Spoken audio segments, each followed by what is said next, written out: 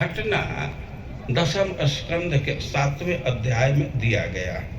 सुखदेव गोस्वामी वर्णन कर रहे हैं कि एकदा रोहमारूढ़ लालयंती सुतम सती।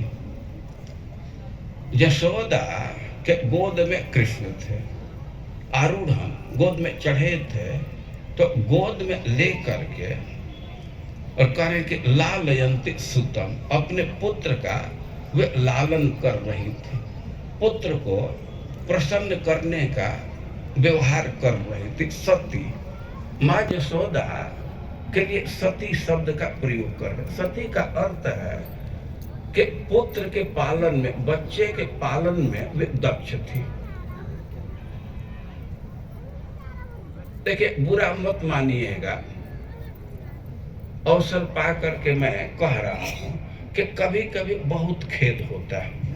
कोई स्त्री है, बच्चे को जन्म दी है, लेकिन बच्चे का कैसे लालन पालन करना होता है उसको ज्ञान नहीं है।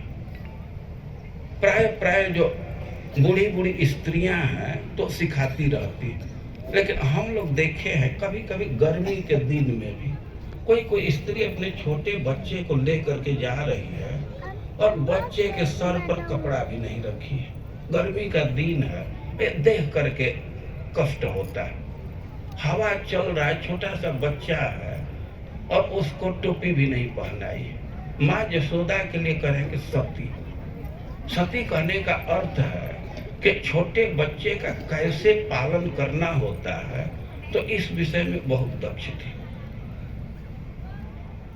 लालयंती, कृष्ण का उम्र लगभग 1 साल का था और गोद में ले करके उसका लालन कर रही थी। लालन करने का अर्थ है कि पहले गोद में ली, स्तनपान कराई, अब बच्चा जब दूध पी लिया तो उसको बार बार चूम रही है, उसके सिर को चूम रही है, ललाट को चूम रही है और कभी कभी अपनी छाती से उसको लगा लेती है। बच्चे को छाती में लगाना माता पिता के लिए बहुत भारी सुख है, तो बार बार छाती से लगा रही है। उसके कुछ बाल जो ललाट पर आए हैं तो अंगुली से उसको ऊपर करके और कृष्ण के ललाट को चूम रही है और उसके मुख को बार बार देख रही है। मुख को देखने में माँ यशोदा को बहुत सुख का अनुभव हो रहा है और माँ यशोदा कोई सुख का अनुभव नहीं हो रहा है। कृष्ण गोद में है, अब उनको देखने के लिए दूसरे पशु पक्षी भी माँ यशोदा के नजदीक आने लगे, माँ यशोदा को घेर करके खड़े हो गए। अब कृष्ण के दर्शन के लिए वो गाय वहां जुट गई। अब माँ यशोदा तो ऐसे बच्चे को खुश करने के लिए गायों को देख करके थोड़ा इशारा की कि बाबू गाय चरावी जाइए, गाय में जाएंगे। अब इतना कही और तब तक कृष्ण उधर ही हाथ लपकाने लगे, भाव प्रकट करने के लिए। हाँ, मैं गायों के साथ जाऊंगा, गायों के साथ जाऊंगा। वे अद्यपि बोल नहीं रहे थे, लेकिन माता अपने बच्चे के भाषा को समझती है। अब तो माँ उसको बार बार कहने लगे, ना बेटा, ना बाबू, अभी तुम्हारा उम्र नहीं है, गाय में भेजूंगी, बाद में भेजूंगी, अभी तुम गोद में रहो, अभी गाय चराने का उम्र नहीं है। तो ऐसे बार बार वो बोल रही है और तब तक आकाश में पक्षी मंडराने लगे। वे कृष्ण के मुख को देखना चाहते हैं। अब माँ यशोदा कृष्ण का ध्यान गायों से हटाने के लिए एक बार कह दी कि पक्षी के साथ जाओगे, उड़ोगे। वो माँ यशोदा तो गायों से ध्यान हटाने के लिए ऐसा कहे। अब कृष्ण ऊपर ही हाथ करने लगे, हाँ जाएंगे, आकाश में जाएंगे, उड़ेंगे। अब इतना बार बार आग्रह कर रहे थे कि बच्चे के आग्रह को देख करके माँ ऐसे थोड़ा सा उसको आकाश में फेंकी, फिर रोक ली। वो तो सोचे कि जो पक्षियों के साथ जाने का आग्रह कर रहा है तो इसको मिटाने के लिए एक बार थोड़ा आकाश में उछाल देती हूँ। अब कृष्ण को उछाली और फिर हाथ में रोक लिए। कृष्ण हंसने लगे, पहले तो रो रहे थे, तो माँ यशोदा भी खुश हुई, लेकिन अब कृष्ण एक बार से संतुष्ट नहीं हुए। अब चाह रहे थे कि बार बार ऐसे करे, वो ऐसे उछाल रहे थे, रोक रहे थे। कृष्ण बड़े प्रसन्न थे, वो कह रहे हैं कि लालयंती, वो विविध प्रकार से बच्चे का लालन कर रहे थे। और गरिमाणम शिशुर बोधो न से गिरकूट, और तब तक अब वह देखने लगे, वो अनुभव करने लगे कि कृष्ण का वजन बढ़ रहा है। ये कृष्ण तो बड़े भारी हो गए, बेटा बहुत भारी, बच्चा बहुत भारी हो गया। वो ऐसे भार का अनुभव कर रही है, और तब तक यह स्थिति आ गई कि अब बच्चे को गोद में रख ही नहीं सकती। अभी तो बच्चे को ऐसे आकाश में फेंक रही थी, रोक रही थी, जैसे कोई फूल फेंकता है, वैसे हल्का अनुभव हो रहे थे। अभी उनका भार इतना बढ़ गया कि ओढ़ू न से गिरकूटवत। अब माँ यशोदा की स्थिति हो गई कि बच्चे को गोद में धारण ही नहीं कर सकती। कृष्ण वैसे भारी लगने लगे जैसे गिरिकूटवत। ऐसा लग रहा था कि किसी पर्वत का, गिरी का कूट हो, शिखर हो। कोई पर्वत होता है और उसका शिखर होता है। और कृष्ण के लिए यशोदा के विषय में कह रहे हैं कि गिरिकूटवत, वो ऐसा अनुभव करने लगे कि मानो किसी पर्वत का शिखर हो, इतना भार का अनुभव करने लगे। यह एक अर्थ किया गया कि गिरिकूटवत। कूट कहते हैं ढेरी को। ढेरी मतलब किसान खेती करते हैं और हार्वेस्टिंग के समय, दौरी के समय दौरी करके और अनाज को इकट्ठा कर देते, स्तूप जैसा बना देते हैं, तो उसको कूट कहते हैं। आप लोग किसानों को नहीं देखे होंगे, तो गिरिराज जी का जो भोग लगता है तो उसको अन्नकूट कहते हैं। ओ अन्न का ढेरी होता है, अन्न का कूट। गेहूं का ढेरी है, धान का ढेरी है, या चना का ढेरी है। तो यहाँ कह रहे हैं कि गिरिकूटवत, कृष्ण वैसे भारी लग रहे थे मानो पहाड़ का ही ढेरी लगा दिया गया। अनाज का ढेरी नहीं, गिरिकूटवत, पहाड़ का ढेरी हो, बहुत भारी लगने लगे। अब इतना भारी हो गए कृष्ण कि न से है। अब माँ यशोदा उनके भार को सही नहीं सकती थी। अब उसके सामने एक समस्या आ गई कि अब हम क्या करें। अपना बच्चा है और उसको गोद में रखने में असक्षम हो गई। अभी थोड़े देर पहले फूल के समान वो हल्का था, ये क्या हो गया। वो बहुत भारी चिंता में पड़ी और विवश हो गई। उसके मन में अब विचार आया कि मैं पुत्र को जन्म दी हूँ, लेकिन अब पुत्र को तो हम धारण नहीं कर सकते, असक्षम है। तो माँ पृथ्वी को कहने लगी कि हे धरित्री, अरे नाम के दृष्टि से देखा जाए तो तुमको धरा कहते हैं, हमारा भी नाम धरा है, तो हम लोगों में सादृश्य है। और तुम सबकी माँ हो, तुम तो सबको धारण करती हो, तो सबकी माँ हो तो कृष्ण की भी माँ हो। हम तो जन्म दी हैं, लेकिन अब बच्चे को संभाल नहीं सकती, तो अब तुम ही इसको संभालो। इस भावना से भूमौ निधाय तम गोपी विस्मिता भार पीड़िता। गोद में रख नहीं सकती थे तो भूमि पर रख दी, सीधे भूमि पर रख दी। और कोई कह सकता है कि छोटा सा बच्चा है और कम से कम चौकी पर, खटिया पर रखना चाहिए, भूमि पर क्यों रख दी। और ध्यान देना चाहिए कि बच्चा का भार इतना अनुभव की थी, इतना भारी लग रहा था कि माँ यशोदा तो सोच रही थी कि खाट पर रखेंगे, खाट ही टूट जाएगा, तो क्या लाभ होगा। तो इसलिए सीधे भूमि पर ही रख दी। तो भूमौ निधाय तम गोपी विस्मिता भार पीड़िता। और बड़ी आश्चर्य में थे कि आखिर क्यों भार बढ़ गया। किसी दैत्य का आवेश हो गया, भूत प्रेत आ गए, कोई रोग हो गया, इतना भार कैसे बढ़ गया? वो महापुरुष मादध्यो जगता मास कर्मसो, और वे भगवान का ध्यान करने लगे, हे नारायण हमारे बच्चे का मंगल कीजिए। अब इतना चिंता में थी कि वे तो संसार को भूल गई, केवल चिंता में पड़ गई, सारे कर्म को भूल गई। अब किसी कर्म का अनुसंधान नहीं है कि हमको क्या करना चाहिए, ये संसार में कौन कौन है, किससे कहना चाहिए, ये सब बात भूल गई, बहुत विस्मित हो गई। और तब तक एक दैत्य वहां आ गया, उसका नाम था तृणावर्त। तृणावर्त उसका नाम है क्योंकि इतना शक्तिशाली था कि पूरे संसार को तृण के समान, घास के समान वो आवर्तित कर सकता है, घुमा सकता है। जैसे कोई घास है वो आदमी उसको कहीं उड़ा देता है, छोटा सा डंडा लेकर के उसको आकाश में उड़ा देता है, इधर से उधर कर देता है।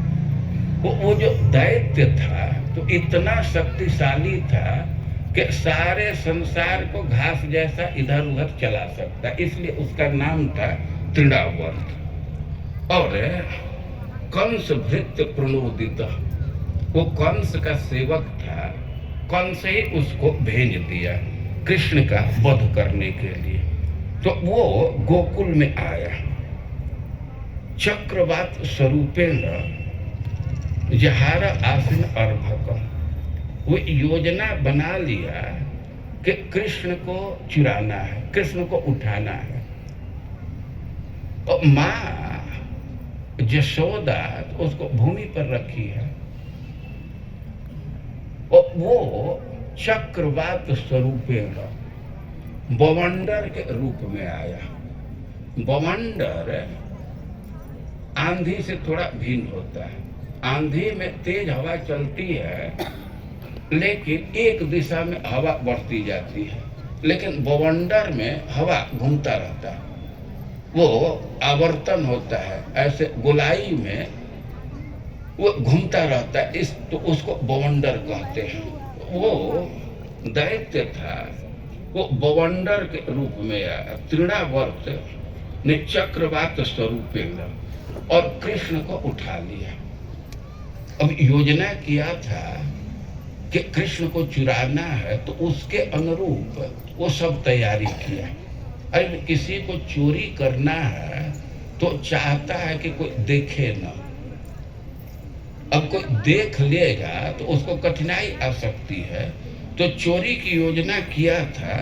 तो गोकुलम सर्वमावृणं मुष्णं चक्षुष रेणु भी, वो सबके आंख को चुरा लिया, सबके दृष्टि को बंद कर दिया। कैसे बंद किया? रेणु भी, इतना धूल उड़ा दिया कि धूल आंख में पड़ने से सब लोग अपना आंख ही बंद कर लिए।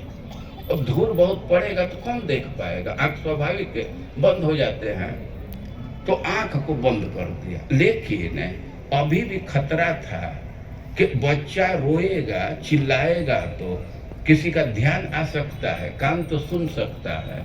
तो ईरयंसु महाघोषम, वो बवंडर सब जगह बहुत साई साई का आवाज भर दिया, इतना तेज चल रहा था कि सब जगह आवाज बवंडर का ही भर गया। बवंडर का आवाज इसलिए भर दिया कि अब उसमें बच्चा रोएगा भी, चिल्लाएगा भी, तो उसी आवाज में वो छिप जाएगी आवाज, कोई सुन नहीं पाएगा। वो ऐसे वो भर करके सबके आंख में धूल भर करके और साई साई का आवाज भर करके कृष्ण को आकाश में उड़ा ले गया। अब कृष्ण को आकाश में उड़ा ले गया। अब इसी बात पर वो कह रहे हैं कि कृष्ण तो एकदम पर्वत जैसा भारी थे, तो तृणावर्त कैसे उनको आकाश में उड़ा ले गया? सच्चाई यह है कि कृष्ण ही आकाश में उड़ गए, वे हवा के साथ, बवंडर के साथ वे आकाश में चले गए। नहीं तो उस बवंडर की तो यह क्षमता नहीं थी कि वे पर्वत जैसे भारी कृष्ण को उठा ले। उसकी क्षमता नहीं थी। और इसी पर वे कह रहे हैं एक कवि कि कृष्ण आखिर आकाश में क्यों चले गए, क्यों खड़ा हो गए, क्यों उठ गए। तो सिद्धांत दे रहे हैं कि आयातो यदि दुर्जनों पे सहसा स्वीयालय साधुना, अपने घर पर अचानक कोई दुष्ट व्यक्ति भी आ जाए तो एक बार तो खड़ा होकर के उसका सत्कार करना ही चाहिए। प्राक प्रत्युद गमनेन सत्कृति पदम नियस ततः तेन चेत। अब मान लीजिए कि आप तो उसका सत्कार कर रहे खड़ा होकर के और उसका व्यवहार नहीं बदला, अब फिर भी दुष्टता पूर्ण ही व्यवहार कर रहा है, तब इसके बाद जो आपकी इच्छा वैसा कीजिए। लेकिन एक बार दुष्ट व्यक्ति भी अपने घर पर आ गया तो खड़ा होकर के सत्कार करना चाहिए। ये कह रहे हैं कि मानो कृष्ण इसी सिद्धांत के स्थापना के लिए वे आकाश में चले गए, धरती से उठ गए, नहीं तो पर्वत के समान भारी थे और वो दैत्य तो तृण है, वो कैसे उठा पाता है। और भगवान ऊपर गए, उठ गए, लेकिन ऊपर जा करके फिर अपने भार को बढ़ाने लगे। उसका कारण था कि जब तृणावर्त कृष्ण को आकाश में ले गया, वो आंधी आ गया, तो माँ यशोदा को तो मन में ऐसा कभी विचार नहीं आया कि आंधी बवंडर कृष्ण को उड़ा ले जाएगा, क्योंकि कृष्ण के भार का वो अनुभव की थी। तो उनके मन में तो कल्पना ही नहीं था कि वैसे भारी बच्चे को बवंडर उड़ा ले जाएगा। लेकिन बवंडर चल रहा था तो इंकड़ पत्थर बहुत उड़ रहे थे और वो शरीर में लग रहे थे तो कष्ट हो रहा था। माँ यशोदा तुरंत चिंतित हुई कि छोटा सा बच्चा है, उसका त्वक तो बिल्कुल कोमल है और ऐसे सरकरा का इकड़ी का व्यवचार जा रहा तो उसको बहुत कष्ट होता होगा। तो तुरंत दौड़ करके आई, वहां तुरंत दौड़ करके आई, जहां रखी थी तो वहां खोजने लगी, लेकिन वहां कृष्ण मिले नहीं। अब तो इधर उधर देखने लगी और सब जगह आंधी भर गया था, बवंडर धूल भर गया था, रज भर गया था, तो कृष्ण नहीं दिख रहे। और कृष्ण के दिखने की बात तो दूर है, कोई नहीं दिख रहा था। इतना घना रज का वो प्रभाव था।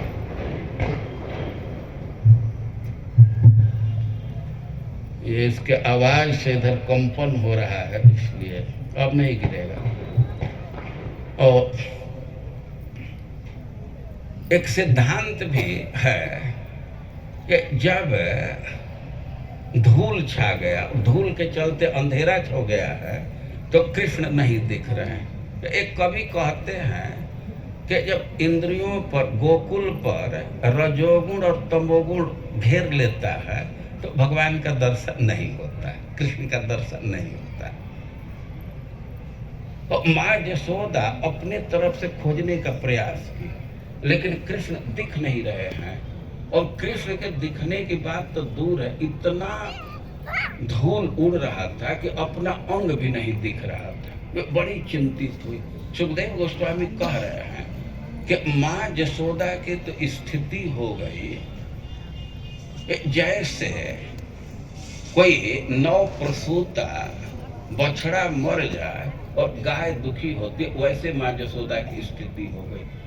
कोई गाय बछड़ा दी है और उसका निधन हो जाए, मृत्यु हो जाए, तो जैसे गाय रोने लगती है, इधर उधर दौड़ने लगती है, तो वैसे माँ यशोदा बहुत दुखी हो गई, बहुत दौड़ने लगी और इधर उधर रो रही है, लेकिन इतना आवाज चल रहा है कि कोई सुन नहीं रहा है। आंधी का इतना आवाज है कि माँ यशोदा के रोने की आवाज कोई नहीं सुन रहा।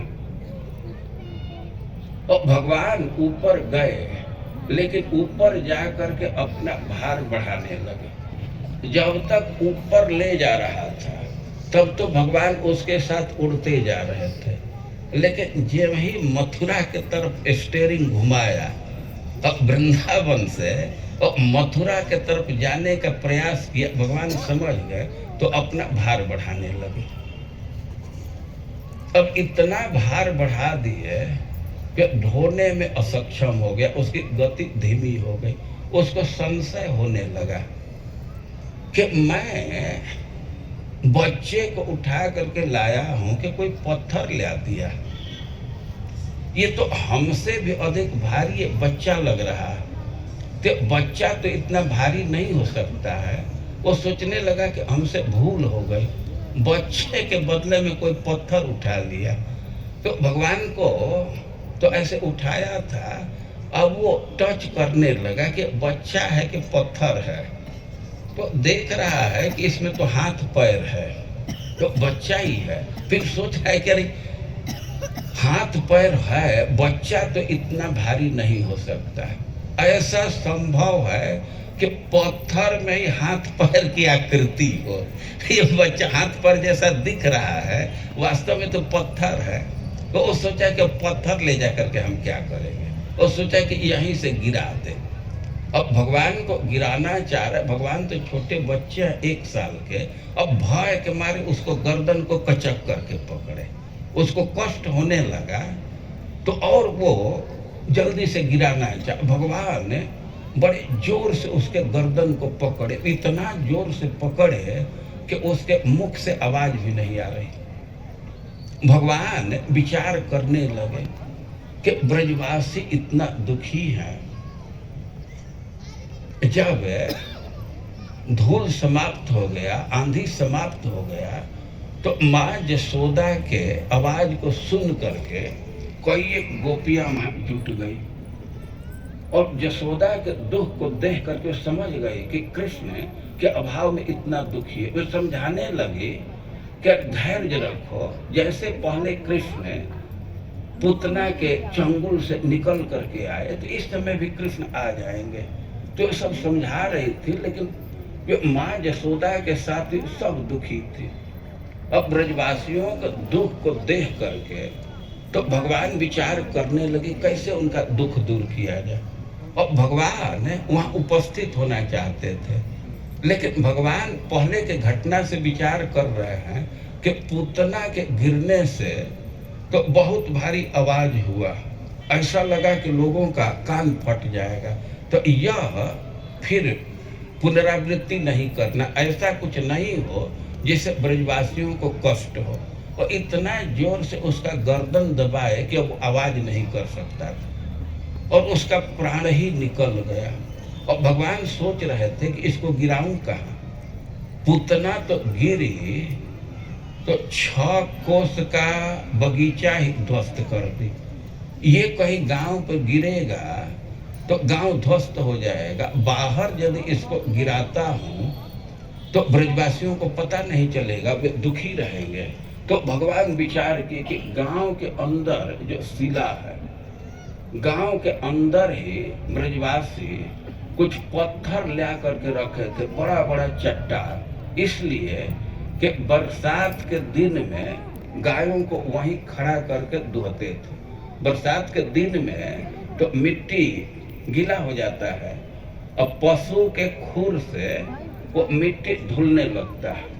वो बरसात में गायों को खड़ा करने के लिए खास करके गोदोहन के समय बड़ा बड़ा पत्थर था, तो वहीं भगवान तृणावर्त को गिराए।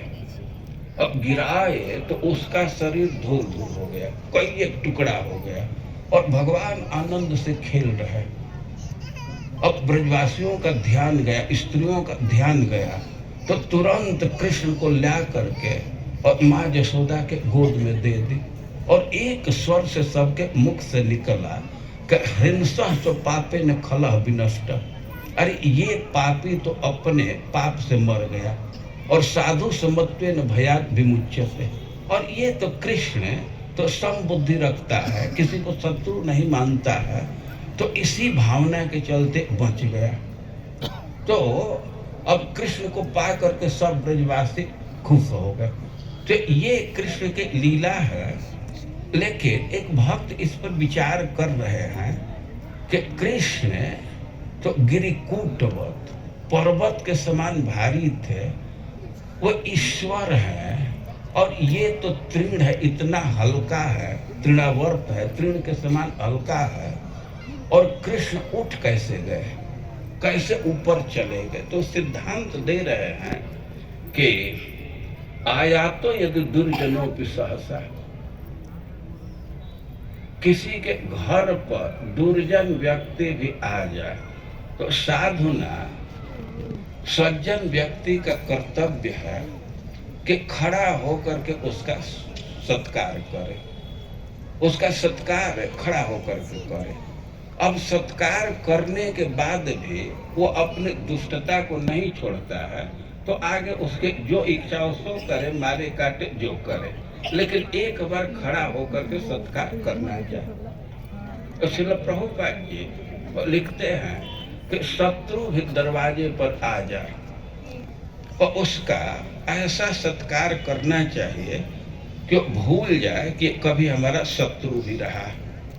तो हम लोगों का जो प्रसंग है उसका मूल प्रस्तुति यह है कि कश्यप जी अपने पत्नी से पूछ रहे हैं, उसके उदासी को देख करके, उसके खिन्नता को देख कर